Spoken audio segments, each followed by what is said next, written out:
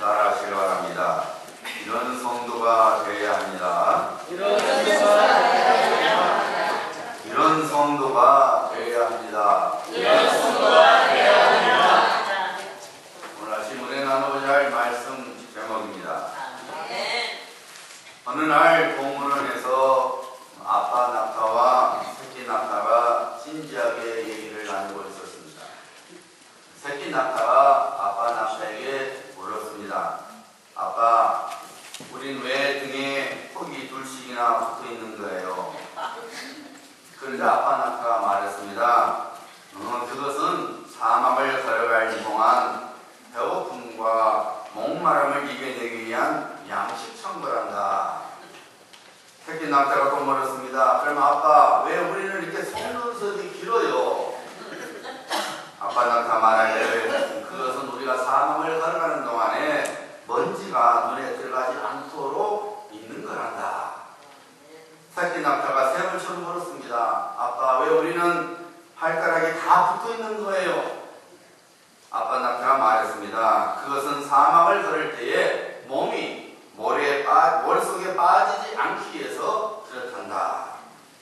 그 말을 듣고 나서 새끼 낙타가 고개를 갸우갸우다니면서 말합니다. 그런데 아빠, 왜 우리는 그러면 사막에 있지 않고 동물원에 갇혀 있는 거예요? 어떻습니까? 하나님께서 풍성한 은혜 가운데서 우리 모두를 그의 자녀로 삼아주시고, 그리고 그 교회를 삼사 하나님의 자녀답게, 그리고 하나님의 교회답게 살아갈 수 있도록 지식과 지혜, 능력과 여러 가지 좋은 것들을 주셨는데, 혹시나 동물원의 낙타처럼 마땅히 살아야 할 삶을 살지 못한 채 살고 있지는 않습니다. 하나님께서 성도답게 살아갈 수 있도록 많은 것들을 주셨는데 전혀 그것들을 사용하지 못한 채 이 세상 사람들의 구경거리로 살고 있지는 않습니다. 한국의 어느 교회는 성경 공부 중에 60짜리 성경 공부가 있답니다. 그 교회에 부흥회 강사로 오신 목사님이 60짜리 성경 공부를 한 번도 들어보지 못했기 때문에 그 교회 담임 목사님께 물었대요. 60짜리 성경 공부가 뭡니까? 그랬더니 그 담임 목사님이 강사 목사님에게 이렇게 말했어요. 목사님, 물건은 1만원짜리, 2만원짜리, 혹은 아파트도 2억짜리 아파트, 4억짜리 아파트 등등 모든 것에는 다 짜리, 즉 값어치가 있지 않습니까? 하나님께서 우리의 죄값을 예수님의 생명으로 키워주셨으니 우리는 예수짜리 아닙니까? 여러분, 우리들이 예수짜리인데 그렇다면 우리는 얼마만큼의 가치를 갖고 있을까요? 우리는 프라이스레스, 즉 가격을 매길 수 없는 엄청나게 값비싼 존재입니다. 왜냐하면 우리 주 예수 그리스도의 생명은 감히 값을 매길 수 없을 만큼 가치가 있는 것이기 때문에 우리 예수님의 생명을 감히 가격을 매길 수 있습니까? 프라이스레스예요. 그 프라이스레스의 피로 우리를 구원해 주셨으니 우리 역시 프라이스레스라 합니다. 믿으시면 아멘. 네. 거래성자 같은 비싼 도자기에 꽃을 꽂아두거나 침대 밑에 두는 사람은 없습니다. 값비싼 도자기 그릇을 개밥으로 사용하는 사람은 없습니다.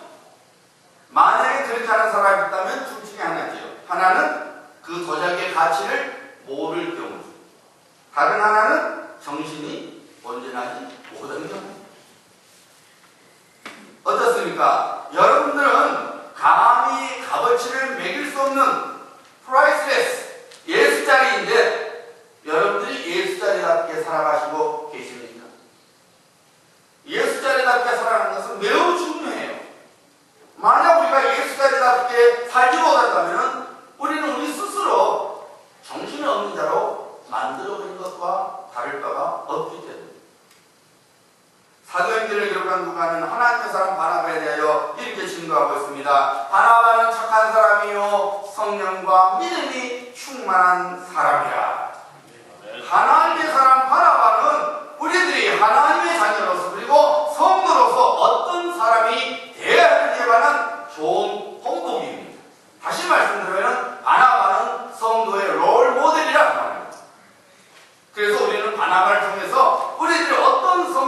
하는지를 배워야 합니다. 어떤 성도가 되어야 합니까? 바나바처럼 착한 성도가 되어야 합니다.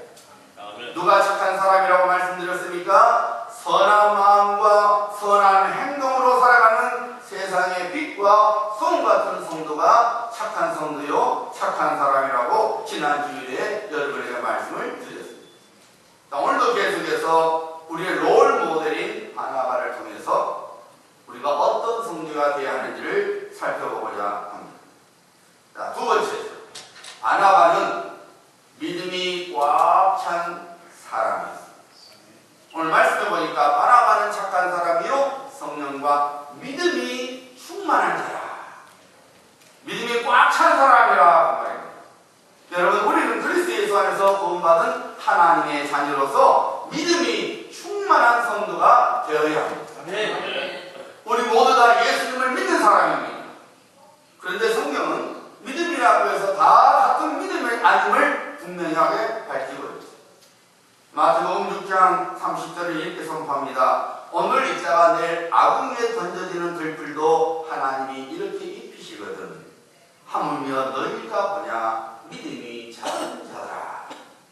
우리 성경에는 믿음이 작은 자더라, 작은 믿음이라고 번역되어 있는데 사실 정확한 번역이 아니죠.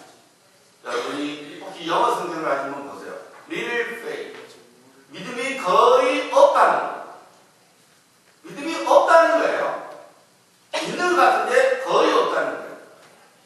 마태복음 15장 28절입니다. 이에 예수께서 대답하여 이르시되 여자여 내 믿음이 크도다 내 소원대로 되리라. 거의 없는 믿음이 있는가 하면 큰 믿음이 있다고 성경은 증거하고 있습니다. 또한 성경은 죽은 믿음이 있는가 하면 산 믿음이 있다고 말하고 있습니다. 또한 성경은 파선한 믿음이 있는가 하면 거짓이 없는 믿음이 있다고 했습니다. 또한 성경은 연약한 믿음이 있는가 하면 굳센 믿음이 있다고 말하고 있습니다. 성숙한 믿음이 있는가 하면 미숙한 믿음이 있다고 성경은 선포하고 있습니다. 여러분 생각에 바나바는 어떤 믿음으로 꽉 차 있었을 것 같아요? 작은 믿음? 파선한 믿음? 죽은 믿음? 미숙한 믿음? 그리고 연약한 믿음이었을까요? 누가가 그런 믿음을 가진 바나바를 가리켜서 믿음이 충만한 사람이라고 불렀겠습니까? 절대로 아니지요. 바나바는 큰 믿음, 거짓이 없는 믿음, 산 믿음, 성숙한 믿음, 그리고 굳센 믿음을 갖고 있었습니다. 누가 봐도 바나바는 그런 믿음들을 갖고 있었으니 누가가 그를 가리켜서 믿음이 충만한 사람, 믿음이 꽉 찬 사람이라고 불렀던 것입니다. 그러면 여러분, 믿음이 충만하다는 것은 무엇을 의미해요? 다르게 말씀드리면 믿음이 충만한 사람은 어떻게 살아가는 것입니까? 삶 속에서 무엇을 드러내야만 어떻게 살아가는 것이 믿음 충만한 사람이요, 믿음 충만한 삶이냐 그 말입니다. 첫째는 여러분, 자신 안에 전능하신 하나님의 유전자, 즉 영적 DNA가 있다는 것을 믿고 살아가는 삶. 요즘 세상은 참 좋은 세상입니다. 유전자 검사를 통해서 친자 관계이 가능하지. 저 사람이 내 자식인지, 저 사람이 내 부모인지 DNA 유전자를 검사하면 정확히 나옵니다. 혹시 여러분이 드라마를 보면은 그런 거 많이 나오잖아요. 제가 내 새끼인지 아닌지 유전자 검사하지 않습니까? 검사하면 나오는 겁니다. 여러분, 자식은 부모로부터 같은 유전자를 물려받습니다. 그래서 DNA를 검사하면, 유전자를 검사하면 자식인 적은 아닌지를 분명히 알게 됩니다. 부모와 자녀 사이에는 얼굴 모양, 성품과 성격, 그리고 재능 등이 공유되지요. 그래서 우리가 말합니까? 그 아버지의 그 아들, 그 어머니의 그 딸이라는 말을 하게 되는 것입니다. 그런데 여러분, 우리에게는 육적인 DNA만 있는 것이 아닙니다. 우리에게는 영적인 유전자, 즉 하나님께서 우리 안에 둔 신령한 유전자가 있습니다. 다윗이 성령의 감동 속에서 이렇게 말했지요. 시편 139편 16절 말씀입니다. 내 형제일이 이루어지네. 우리 몸이 만들어지기 전에 주의 눈이 보셨으며 나를 위하여 정한 날이 하루도 되기 전에 주의 책에 다 기록되었나이다. 하나님께서 에레미야 선지자에게 말씀하셨죠. 내가 너를 모태에서 짓기 전에 너를 알았고 내가 배에서 나오기 전에 너를 성별하였고 너를 여러 나라의 선지자로 세우는구나. 사도 바울 역시 같은 신앙을 고백하고 있습니다. 그러나 내 어머니의 뼈로부터 나를 택정하시고 그의 은혜로 나를 부르신 이가. 우리에게는 육적인 유전자가 있지만 하나님께서 심어놓은 영적인 유전자가 있습니다. 놀라운 사실은 영적인 유전자가 육적인 유전보다 우선이라는 거예요. 하나님 아버지께서 우리들이 엄마의 뱃속에서 몸이 이루어지기 전에 이미 하나님의 자녀로서 복된 인생을 살아갈 수 있도록 성공적인 인생을 살아갈 수 있도록 정해두셨습니다. 좀 기술적으로 말하자면 하나님께서 우리들이 하나님의 자녀로서 살아갈 수 있도록 우리 인생을 프로그램화 시켜놨다 그 말이에요. 하나님께서만이 주실 수 있는 최고의 복들로서 우리 안에 이미 심어 두셨습니다. 하나님께서 심어 놓은 것은 그 어느 누구도 바꿀 수 없습니다. 이 땅에서 우리들이 어떤 일을 만난다 할지라도 하나님의 자녀로서 약속된 복들이 빼앗기거나 없어지지 않습니다. 마치 다윗이 성령의 감동에서 고백한 것처럼 하나님께서 이미 우리 안에 하나님의 자녀로서 받을 복을 프로그램화 하나님의 영적 DNA를 심어놨다는 말입니다. 그래서 육적인 DNA가 반드시 드러나듯이 우리 영적인 DNA도 반드시 드러나게 되어 있습니다. 우리가 이 땅에 태어나기 전에 엄마의 자궁 속에서 우리가 형성도 되기 전에 하나님 아버지께서 그의 자녀가 마땅히 가져야 할 지식과 지혜, 힘과 권세, 은혜와 신령한 복들을 우리에게 영적 유전자로 주셨습니다. 그런데 여러분, 육적인 유전자는 우리의 의사와는 상관없이 나타납니다. 내 아버지의 체형이 마음에 안 든다고 나의 체형이 달라질 수는 없어요. 다 그 아버지의 체형을 따라갑니다. 내 부모의 얼굴이 짱이 아니니까 꽝이니까 나는 짱이 돼야지. 그렇다고 짱이 됩니까? 안 돼요. 부모가 짱이면 자식도 짱, 부모가 꽝이면 자식도 꽝이에요. 그래서 뭐라고 해요? 원판 불변의 법칙이요. 원판은 안 바꿔지는 거예요. 요즘 물론 뭐 성형수술로 바꾸지만은 안 바꿔지는 거죠. 그렇잖아요, 여러분. 그런데 여러분, 영적 유전자는 자동적으로 드러나지 않습니다. 육적인 DNA는 자동으로 드러납니다. 누가 봐도 제 아들 사무엘 보면 두목사 아들이네. 아닙니다. 하지만 여러분, 영적인 DNA는 자동으로 드러나는 거 아니에요. 영적인 유전자, 하나님이 우리 안에 심어놓은 영적인 유전자는 그 유전자가 드러나기 위해서는 우리의 믿음이 필요로 합니다. 전능하신 하나님 아버지께서 자녀인 나를 위해서 아름다운 인생을 세워놓으신 것을 믿고 믿음으로 그것을 선포해야 합니다. 마귀는 끊임없이 사건과 환경을 통해서 부정적인 것을 우리 안에 심어줍니다. 저주를 심어놓습니다. 하지만 하나님의 자녀는 겉으로 드러난 것을 보지 말고 내 안에 심어놓은 하나님의 영적인 유전자를 믿고 선포해야 된다고 말합니다. 나는 하나님의 자녀, 예수 그리스도의 피로 구원받은 프라이스레스의 사람이야. 나는 하나님의 자녀로서 승리할 수밖에 없어. 하나님께서 내 아버지시니까 나는 신령한 복들과 이 땅의 복들을 누리도록 이미 하나님께서 선포해 주셨어. 그러므로 반드시 하나님의 복이 내 인생 속에 나타나. 이것을 믿고 믿음으로 선포해야 된다 그 말입니다. 제가 늘 말씀드리지만은 거울을 보면서 나는 왜 이렇게 됐다고 주름살이 늘었네, 목이 주름살이 있네, 이런 거 보지 말고 거울을 볼 때 사랑하는 형제야, 넌 하나님의 딸이야. 선포해야 된단 말이야. 나는 하나님의 복을 받은 자야. 지금 내가 잠깐 어려움을 당하지만은 내가 믿음으로 살아가면 하나님의 복이 나타나. 이걸 믿음으로 선포하는 것입니다. 영적인 유전자가 나오도록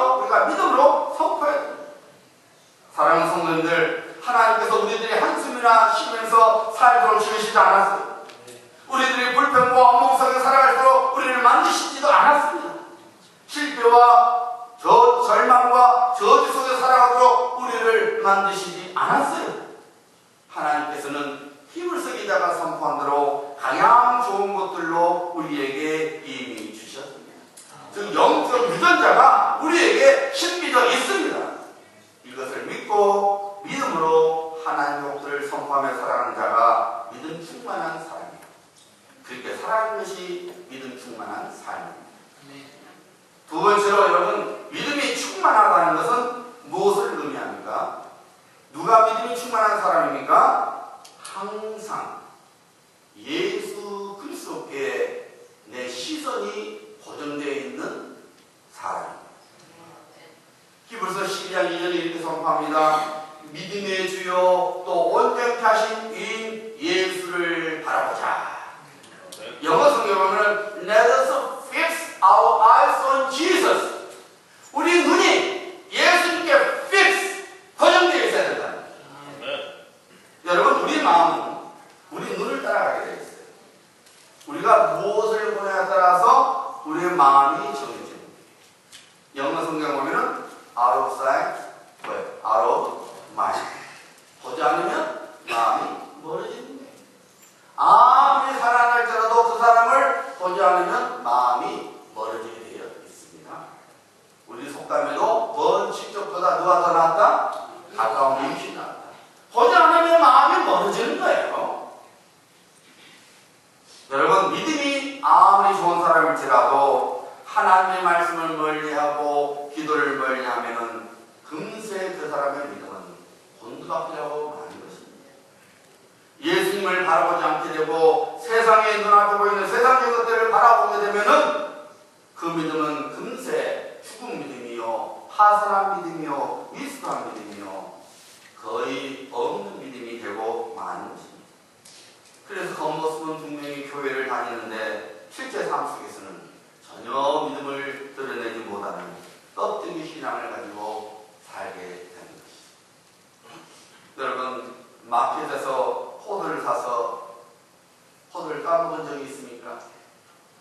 치매에 좋대요. 나이 드신 분들은 호두 열심히 드세요. 여러분, 마켓에서 호두를 사서 깨잖아요. 가끔 여러분 뭐예요? 긴 껍질만 있는 거예요. 안에 호두가 내용이 없어요. 굉장히 황당하죠.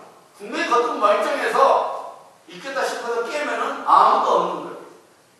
여러분, 우리가 그러면 안 돼요. 여러분, 교회만 다니는 사람이 되지 말고 믿음의 사람이 되겠다는 말입니다. 교회를 다니면 그 안에, 내 심령 안에, 내 삶 속에 예수 그리스도를 믿는 믿음이 들어 있어야 합니다. 우리들이 잘 아는 대로, 그리고 경험하고 있는 대로 예수 그리스도를 바라보는 우리 믿음의 시선을 빼앗는 것들이 우리 삶 속에 얼마나 많이 있는지. 다시 이런 고백을 했죠. 여호와여, 어찌하여 멀리 서시며 어찌하여 환난 때에 숨으시나이까. 욥이 이렇게 고백했죠. 내가 주께 부르짖으나 주께서 대답하지 아니하시며 내가 섰사오나 주께서 나를 돌아보지 아니하시나이다. 우리는 이 세상에서 덧선 풍랑을 만나게 됩니다. 인생의 풍랑을 위해서 우리는 실망과 절망과 환멸을 경험하게 됩니다. 마치 다윗과 욥이 경험했던 것처럼 영적인 답답함과 캄캄함을 우리 역시 경험하게 됩니다. 이 세상 사람들은 그런 일을 만나면 뭐라고 말합니까? 아, 왜 내 팔자를 이렇게 쓸까? 이런. 하지만 여러분, 그래서 예수 안에서 하나님의 자녀가 된 성도는 세상의 풍랑을 통해서 예수 그리스도의 질문을 들어야 합니다. 너희는 나를 누구라 하느냐? 너희는 나를 누구라 하느냐? 이 질문에 대한 우리의 대답이 인생의 풍랑을 이기게 하느냐 혹은 지느냐가 결정돼요. 너희는 나를 누구라 하느냐? 이 질문에 대한 대답이 인생의 풍랑이 지나간 뒤에 무엇을 얻게 될지 혹은 그렇지 못할지가 결정됩니다. 사랑하는 성도님들, 여러분들의 믿음의 사람이 되고자 한다면 우리 예수님께서 하신 말씀을 반드시 기억하고 있어야 합니다. 그것은 너희 믿음대로 되라. 여러분, 우리들이 인생의 풍랑을 만났을 때에 어떤 믿음을 갖고 사느냐에 따라서 풍랑을 통해서 오는 열매가 결정되어지는 거예요. 풍랑을 만나도 큰 믿음 가지고 인생의 풍랑을 만나면 여러분의 삶 속에 그 풍랑 속에서 큰 열매가 맺어집니다. 여러분들이 거의 없는 믿음, 작은 믿음을 가지고 인생의 풍랑을 만나면 여러분 그 풍랑 속에서 아무것도 얻지 못하는 거예요. 산 믿음으로 살아가면 하나님의 영광과 형통의 열매를 거두지만은 죽은 믿음으로 살아가면 실패와 좌절을 거두게 되는 겁니다. 왜요? 우리 믿음대로 되게 됩니다. 우리들이 이 세상에 살면서 인생의 풍랑을 만나게 됩니다. 재정적인 압박, 우울증이나 갑작스러운 질병, 가까운 사람에 대한 실망, 결혼 생활의 일기 등등입니다. 인생의 풍랑을 만나게 되면 그 풍랑이 크든 적든 아무도 우리의 처지, 나의 처지를 이해해주지 않는 것처럼 느낍니다. 설령 누군가가 위로의 말을 해줘도 전혀 귀에 들어오지 않습니다. 당신이 내 처지만 해봐. 그런 말 할 수 있을 것 같아요. 마치 큰 공간에 나만 덩그러니 남아있는 것처럼 외로움에 빠져듭니다. 그래서 갈릴리 바다를 건너가다가 풍랑을 만나 제자들이 피곤하여 주무시는 예수님께 뭐라고 말하겠습니까? 선생님이여, 우리가 죽게 된 것을 돌보지 아니하시나이까? 주님 외롭습니다. 왜 날 모르지 하세요? 왜 우리를 모르지 하세요? 인생의 풍랑을 통해서 예수님께서 너 나를 누구냐고 생각하냐고 물으실 때에 여러분들 뭐라고 대답하시나요? 다윗은 인생의 풍랑을 만났을 때에 이렇게 고백했죠. 나의 힘이신 여호와여, 내가 주를 사랑하노라. 여호와는 나의 반석이시요 나의 요새시요 나를 건지시는 이시요 나의 하나님이시요 그 안에 피할 나의 바위시요 나의 방패시요 나의 구원의 뿌리시요 나의 산성이시로다. 내가 찬송받으실 여호와께 아뢰리니 내 원수들에게서 구원을 얻으리로다. 하나님께서 다윗의 믿음의 고백으로 본세 칼날부터 다윗을 구원해 주셨습니다. 다윗의 힘이 되어 주셨습니다. 피할 바위가 되어 주셨습니다. 방패가 되어 주셨습니다. 피난처가 되어 주셨습니다. 하나님의 큰 구원 속에 들어오게 하셨습니다. 하나님께서 우리에게 찾으시는 믿음은 우리 인생 속에 어떤 풍랑이 있는지 하나님께만 달라붙어 있는 그 믿음을 원하십니다. 세상에 어떤 방식으로 우리를 이끌어간다 할지라도 하나님만을 붙잡겠다는 그 인생의 방식, 믿음의 방식을 절대로 놓쳐서는 아니 됩니다. 그런 믿음을 보이는 성도가 되어야 합니다. 누가 이런 믿음을 가질 수 있습니까? 바로 믿음의 시선을 예수 그리스도께 고정한 사람이 그런 믿음 가질 수 있습니다. 그런 사람이 예수 그리스도께서 누구신지를 알게 됩니다. 어떤 경우에서든지 예수님께 대한 자신의 믿음을 포기하지 아니하고 드러냅니다. 하나님의 사람들이 세상의 골리앗을 쳐다보면 두려움과 절망의 포로가 되고 옵니다. 하지만 믿음의 주요 온전히 하시는 예수 그리스도를 바라보면 세상의 골리앗이 꿍 하고 넘어지는 역사가 일어나는 겁니다. 예수 그리스도의 시선이 믿음 가운데서 고정되어 있는 사람은 자신의 인생의 방향을 늘 하나님의 뜻과 하나님께서 기뻐하시는 방향으로 맞춰서 살아갑니다. 예수님께 믿음의 시선이 고정된 사람은 하나님께서 구원을 베풀어 주시는 정전자이심을 깨닫게 됩니다. 예수 그리스도의 시선이 고정된 사람은 자신의 삶 속에서 하나님을 만나게 됩니다. 예수님께 시선이 고정된 사람은 자신의 인생을 향한 하나님의 선하신 목적을 깨닫게 됩니다. 예수님께 시선이 고정된 사람은 이전보다 더 강한 믿음을 갖게 되고 믿음의 길을 걸어가는 법을 배우게 됩니다. 바나바가 바로 그런 믿음의 삶을 살았던 사람이었습니다. 그런 바나바를 통해서 위대한 사도 바울이 만들어진 것입니다. 사랑하는 성도님들, 믿음이 충만한 성도가 되어야 합니다. 누가 믿음이 충만한 성도입니까? 어디에 있든지 어떤 상황이든지 항상 예수 그리스도를 바라보고 가진 사람이 믿음 충만한 사람입니다. 여러분들이 그런 성도님들 되시기를 우리 주 예수 그리스도 이름으로 축복합니다. 바나바는 하나님의 사람으로서 우리에게 또 어떤 보조를 주고 있습니까? 오늘 말씀해 보니까 누가는 그를 가리켜서 성령이 충만한 사람이라고 증거하고 있습니다. 누구든지 예수 그리스도를 주와 구주로 믿으면 그 사람 안에 성령께서 거하시게 됩니다. 믿으시면 아멘. 성령께서 사람을 감동시켜서 내가 죄인임을 깨닫게 되고 예수님께서 나의 주와 구주 되심을 깨닫게 하사 믿게 해서 하나님의 구원에 이르게 하십니다. 그래서 성령이 아니고서는 어느 누구도 예수 그리스도를 주와 구주로 신할 자가 없다고 성경은 선포하고 있습니다. 하지만 여러분, 구원을 받았다고 해서 그 사람이 성령 충만하다고 말할 수 없어요.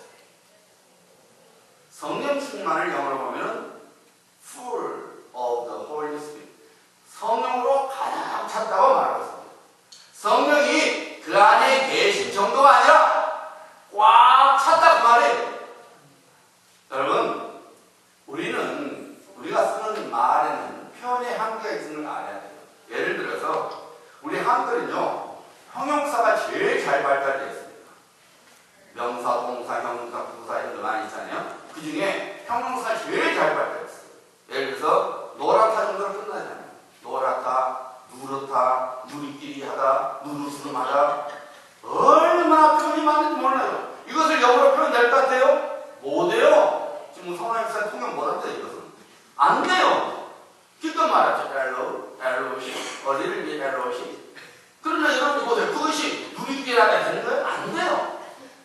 우리는 푸르다 하지 않아요. 푸르스름하다, 푸리탱탱하다. 푸리탱탱하다를 영어를 어떻게 표현하겠냔 말 못해요. 여러분 할 수가 없어요. 여러분 사람의 말도 육적인 말도 완벽하게 표현이 안 되는데 영적인 일은 말할 것도 없는 거예요. 성령이 우리 안에 가득 채워지는 것을 어떻게 우리 육적인 말로 표현이 되겠냔 말이에요. 그러니까 할 수 없이 성령이 풀어 가득 찼다. 성령 충만이라 이렇게 말하는 거예요. 정확히 그 뜻을 어떻게 설명할 길이 없는 거예요. 그러나 여러분, 성령 충만이라는 말은 무슨 의미냐? 우리가 온전히 성령님의 통제를 받는 것을 의미합니다. 내가 나를 컨트롤하는 것이 아니라 성령님께서 완벽하게 나를 컨트롤할 때 이것이 성령 충만이라고 합니다. 하나님 성령께서 나를 온전히 이끌어 나가실 때에 하나님의 뜻에 따라서 은사가 나타나지. 하나님의 기적이 나타납니다. 지식의 말씀 은사가 나타납니다. 지혜의 말씀 은사가 나타납니다. 애언의 은사가 나타납니다. 능력의 은사가 나타납니다. 신유의 은사가 나타납니다. 믿음의 은사가 나타납니다. 방언의 은사가 나타납니다. 방언을 통한 은사가 나타납니다. 영들 분별하는 은사가 나타납니다. 또한 성령이 우리를 온전히 하게 되시면 우리 삶 속에서 성령께서 열매를 맺게 하십니다.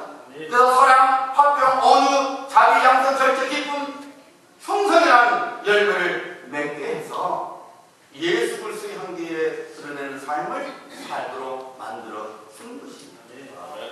여러분, 마치 금속을 메탈을 그는 듯한 흰 소리로 할렐루야 이런다고 성령 충만한 거 아니에요. 어떤 사람들은 막 오이씨와 할렐루야 성령 충만한 거 아니에요. 반면에 달팽이 기어가는 그런 속도로 할렐루야 거리같이 한다고 해서 그 사람이 성령 충만한 거 아니라 그 말이에요.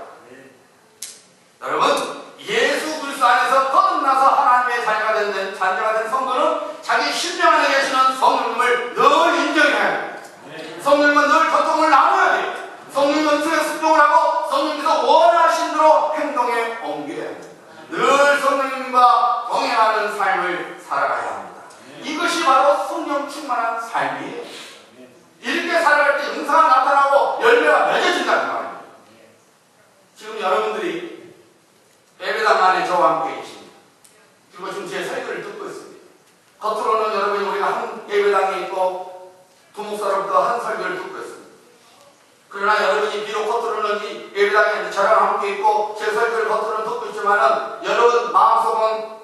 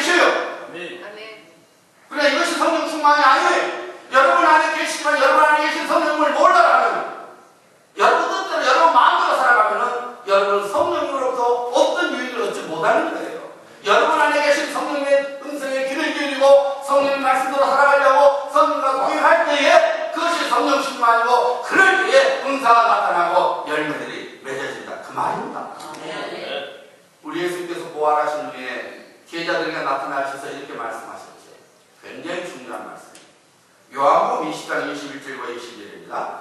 부활하신 후에 벌벌벌 떨고 있는 제자들에게 우리 예수께서 나타나셔서 말씀하셨죠.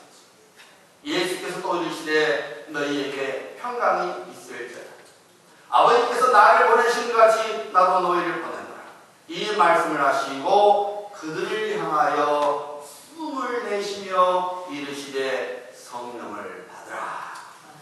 예수께서 제자들에게 훅 숨을 내쉬면서 성령을 받으라. 이것은 여러분 예수님께서 오순절날 성령세례를 받게 될 제자들에게 이미 예비하신 거예요. 그때 성령을 받은 것이 아니라 예수님께서 곧 제자들이 성령을 받게 되니까 그걸 보여주신 거예요. 숨을 훅 내쉬면서 성령을 받으라. 여러분, 성령 충만한 사람은 예수 그리스도의 호흡으로 살아가는 사람입니다. 산속에 예수 그리스도의 숨결로서 예수 그리스도를 드러내는 사람이 성령 충만한 사람입니다. 목소리가 쉬어서 목소리가 점잖게 말하는 것이 성령 충만한 것이 아니라 내가 내 삶 속에서 내 예수 그리스도의 숨결, 예수 그리스도의 호흡으로 살아가고 있는 그것이 성령 충만하다 그 말입니다.